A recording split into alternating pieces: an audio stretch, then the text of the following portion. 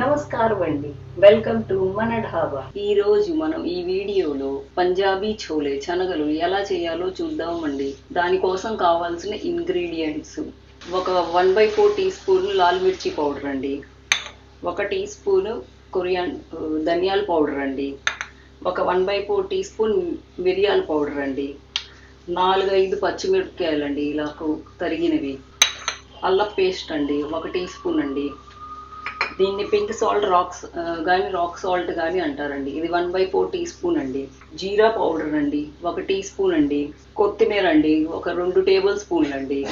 చింతపండు పులుసు అండి 1 టేబుల్ స్పూన్ అండి. జీరా అండి ఒక 1/4 టీ స్పూన్ అండి. ఇవండి కావాల్సిన ఇంగ్రీడియంట్స్. మీ దగ్గర రిఫ్రిజిరేటర్లో కనుక ఉడికిపోయిన శనగలు ఉంటే తొందరగా 5 మినిట్స్లోనే అయిపోతుందండి.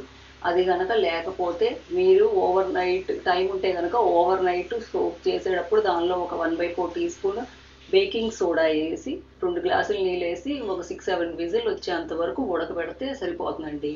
అది కూడా టైం లేదు అనుకుంటే 3-4 అవర్స్ ఒక బాగా వేడి నీళ్ళల్లో 3-4 అవర్స్ ఒక 1/4 టీ స్పూన్ సోడా వేసేసి దానిలో ఉడకబెట్టేటప్పుడు దాల్చీని చెక్క, తేజ్పాత్ అను ఒక పొట్లంలో మీ దగ్గర ఎండిపోయిన ఉసిరికాయ ఉంటే ఒక టీ స్పూన్ టీ పౌడర్ అను ఒక ఉసిరికాయ 4 ముక్కలు ఎండిపోయినవి ఉంటే అది వేస్తే ఇంకా సూపర్ టేస్ట్ వస్తుందండి. దీనిలో నెయ్యి వేస్తే సూపర్గా ఉంటుందండి. 1 టేబుల్ స్పూన్ నెయ్యితోనే చేస్తే చాలా బాగుంటుంది.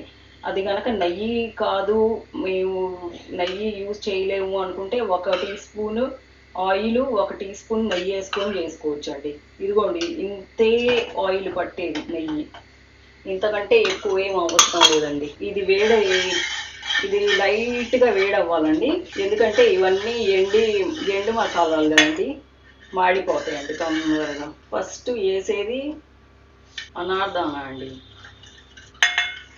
అనార్దానా మీకు గనక ఎలా చెయ్యాలో తెలియకపోతే మీ దగ్గర ఎవరెస్ట్ మసాలాల్లో అనార్దానా అని ఒకటి వస్తుందండి. లేకపోతే మీకు కావాలంటే నాకు కమెంట్ బాక్స్లో పెట్టండి, ఎలా చేయాలో కూడా చెప్తానండి. అనార్దానా ఇంట్లో బయట దొరకకపోతే మీకు షాహీ జీరా వేసేయండి.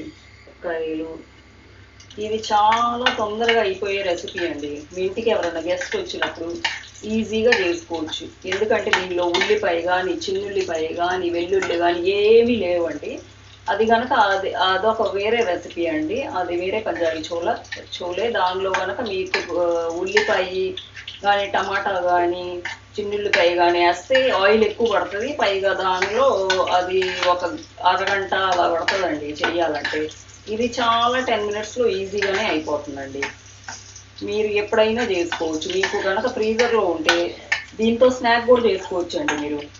దీనిలో సన్నగా తురిమిన టమాటాలు, కానీ నీళ్ళు ఉండకూడదండి, నీళ్ళు తీసేసి దానిలో సన్నగా తరిగిన టమాటాలు, ఉల్లిపాయ, ఇంకా గ్రీన్ చట్నీ, లేకపోతే పచ్చిమిరపకాయలు వేసుకొని ఒక హాఫ్ నిమ్మకాయ పిండుకుంటే అది కూడా హై ప్రోటీన్ స్నాక్ అయిపోతుందండి. ఆకలి వేసినప్పుడు అది కూడా తినొచ్చండి మనం, త్వరగానే అయిపోతుంది. మీకు తెలియని కూడా తెలియదు ఎప్పుడు అయిపోయిందో ఇది.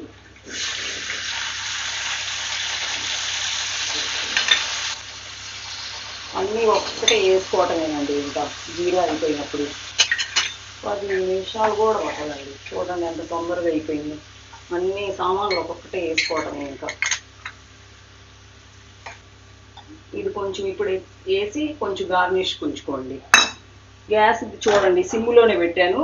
అది కనుక హైలో పెడితే మాడిపోతాయండి మసాలాలు కదా ఇవి.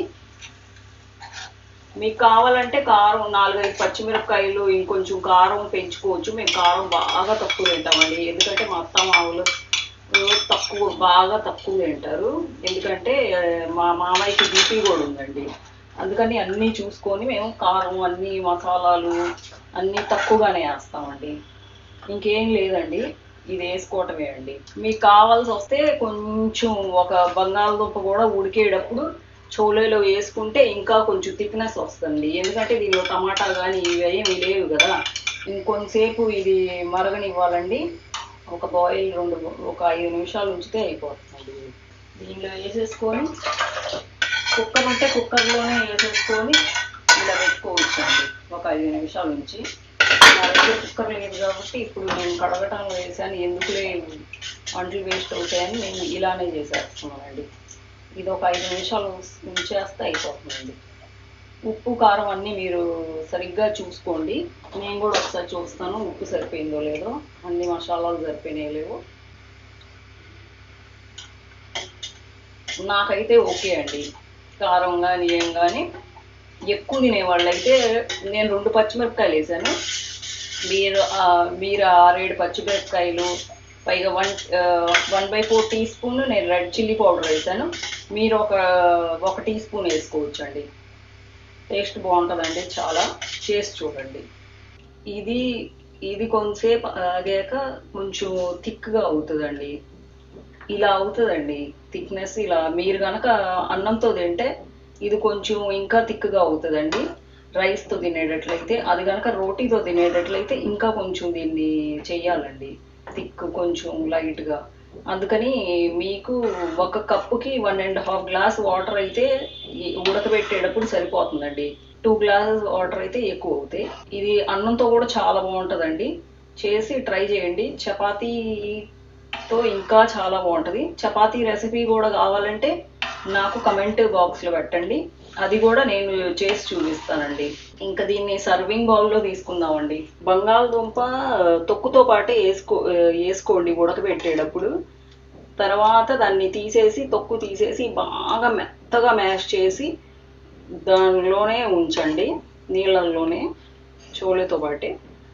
మామూలుగా ఇంకెలా చేయాలో అలానే చేసేసుకోవచ్చు. దాంతో కొంచెం థిక్నెస్ వస్తుందండి. ఎందుకంటే మనం ఏమీ వేయలేదు కదండి దీనిలో, టమాటాలు కానీ వాటితో, ఉల్లిపాయలు కానీ.